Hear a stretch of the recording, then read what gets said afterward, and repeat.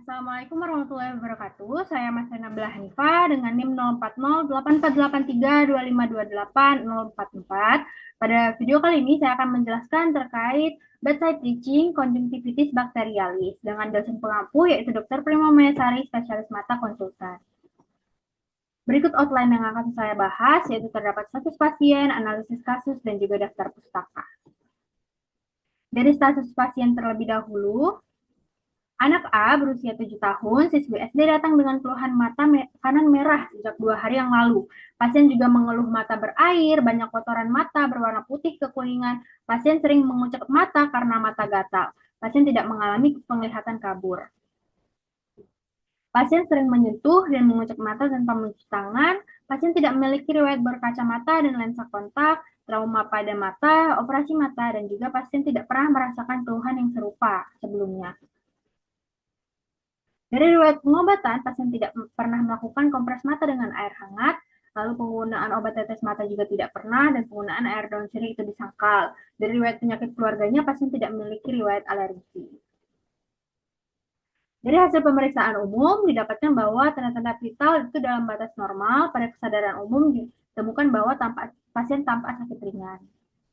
Dari hasil pemeriksaan oftalmologisnya, pada okulit dextra dan sinistra, visus didapatkan bahwa 6 per 6, yaitu dalam batas normal, lalu tekanan intraokularnya 14 mm air raksa pada okulit dextra dan juga okulit sinistranya 16 mm air raksa, yaitu dalam rentang normal, yaitu 10 hingga 21 mm air raksa.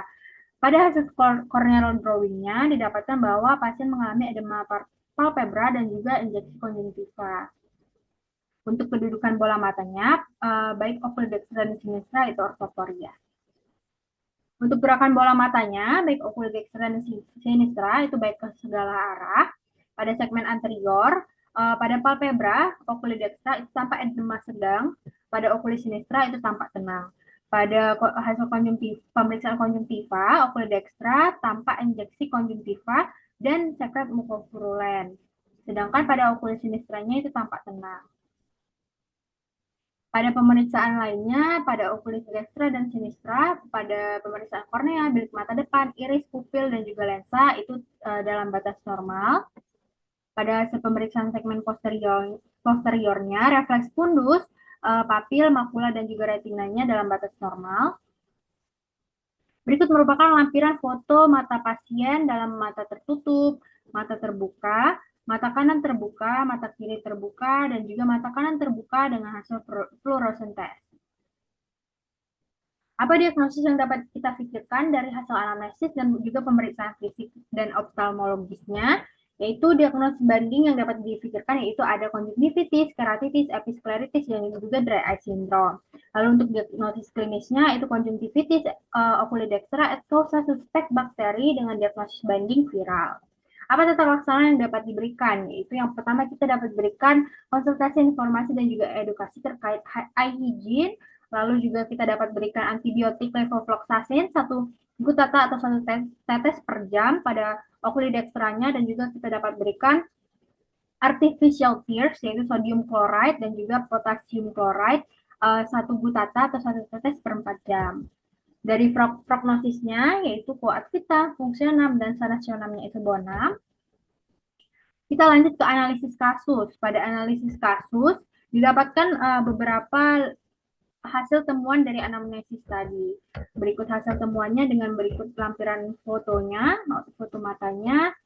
Jadi dari hasil anamnesis tadi, ibu pasien mengeluhkan bahwa anak A itu mata kanannya merah sejak 2 hari yang lalu. Nah, dapat kita pikirkan bahwa ada 2 kategori mata kanan merah, yaitu mata kanan merah visus turun, yaitu uveitis, keratitis, ulkus kornea, dan juga glaukoma akut. Lalu mata merah visus tenang, yaitu ada konjungtivitis, dry eye syndrome, pterygium, dan juga ada episkleritis. Nah, pada pasien ini tidak ditemukan bahwa pasien tidak mengalami penglihatan kabur atau mata visusnya itu tenang. Maka kita dapat pikirkan bahwa ini masuk kelompok mata merah visus tenang.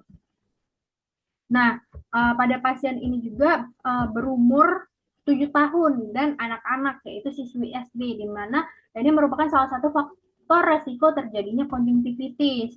Keluhan juga disertai mata berair, banyak kotoran mata berwarna putih kekuningan, lalu pasien juga sering mengucek mata karena mata gatal, dan pasien sering menyentuh mata tanpa mencuci tangan. Dari hasil-hasil temuan tadi, bahwa kita dapat simpulkan bahwa mata merah visus tenang ini masuk ke dalam kategori mata merah visus tenang, dan juga adanya tanda-tanda inflamasi, contohnya tadi mata merah, mata berair, kotoran mata berwarna putih kekuningan, lalu matanya gatal. Sedangkan itu kita juga dapat lihat dari faktor resikonya itu ada pasien ini berusia 7 tahun, sehingga jarang mencuci tangan dan sering menyentuh mata. Hal ini juga dapat menunjukkan bahwa itu bisa terjadi tanda-tanda konjungtivitis. Apa itu konjungtivitis? Konjungtivitis adalah peradangan pada konjungtiva akibat adanya infeksi. Nah, mengapa kita tidak mendiagnosis dengan diagnosis lainnya? Pada kasus eye syndrome itu biasanya pasien merasa matanya itu mengganjal dan juga matanya kering atau tidak berair. Pada pterygium juga tampak ada jaringan fibrovaskular pada bagian konjungtivanya, sehingga tidak kita diagnosis sebagai pterygium. Daripada episcleritis, biasanya pasien memiliki riwayat penyakit sebelumnya.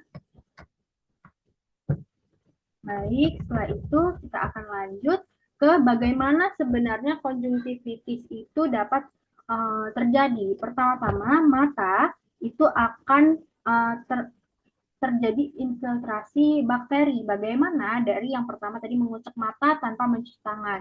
Nah, ketika adanya infiltrasi bakteri, maka bakteri akan menginfeksi bagian depan mata, yaitu ada konjungtiva, sklera, dan juga ada kornea.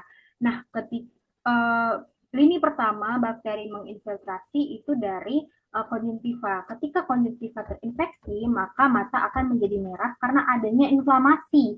Sel-sel putih dalam tubuh itu akan berusaha untuk menghilangkan atau menghancurkan bakteri-bakteri yang telah masuk ke dalam konjungtiva. Sehingga terjadilah dilatasi pembuluh darah atau pelebaran. Ketika terjadi pelebaran, maka akan terjadi manifestasi, yaitu skleranya merah, adanya edema palpebra, secret discharge, lalu ada injeksi konjungtiva. Selain itu, bakteri tidak hanya menginfeksi pada konjungtiva, melainkan pada lacrimal gland-nya. Nah, ketika bakteri menginvasi pada lacrimal gland-nya atau saluran kantung yang memproduksi air mata, maka akan terjadinya sensitisasi pada lacrimal gland-nya dan akan terjadi hiperlakrimasi atau mata berair. Lalu apa saja sebenarnya penyebab dari konjungtivitis? Ada dua yang akan saya bahas di sini. Yang pertama ada disebabkan oleh bakteri dan juga yang disebabkan oleh virus. Nah, mata itu akan berkontak langsung biasanya dengan bakteri. Nah, bakteri ini apa saja sebenarnya agen-agen bakteri yang sering menginvasi mata? Itu ada Streptococcus pneumoniae, Streptococcus aureus, Haemophilus influenza, Moraxella catarrhalis, dan juga Neisseria gonorrhoeae. Nah, apa tanda-tanda khas konjungtivitis bakteri? Yang pertama, adanya mata merah.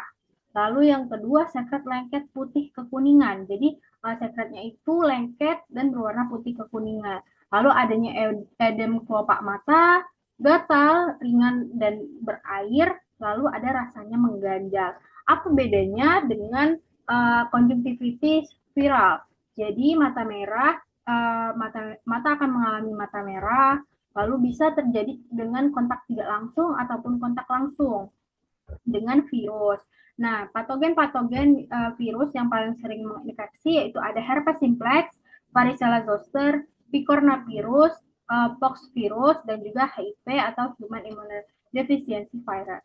Nah, apa aja sebenarnya tanda khas konjungtivitis viral dan bagaimana membedakannya dengan bakterialis? Yang pertama, sekretnya berbeda, yaitu sekretnya lebih ke water discharge. Lalu yang kedua, sekret tidak terlalu lengket. Yang ketiga, adanya kemosis atau edema atau pembengkakan pada bagian konjungtivanya. Lalu yang keempat, biasanya disertai ispa, flu, dan demam. Dan juga kita juga dapat melihat riwayat sebelumnya pasien. Pada konjungtivitis virus itu biasanya pasien didahului dengan penyakit lain, contohnya penyakit campak, morbili, ataupun pasien memang memiliki riwayat terkena HIV.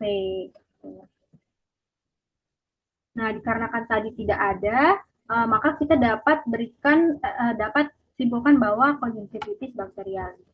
Nah, apa aja obat-obat yang dapat kita berikan pada konjungtivitis bakterialis? Yang pertama, obat-obat tetes mata, yaitu obat antibiotik topikal. Yang pertama kita dapat berikan chloramphenicol 0,5%, baik tetes maupun salep. Kalau misalnya tetes diberikan 1 kali 6 selama 3 hari. Untuk sodium chloride 4,4 mg dan juga potasium chloride 0,8 mg 1 kali 6 per hari.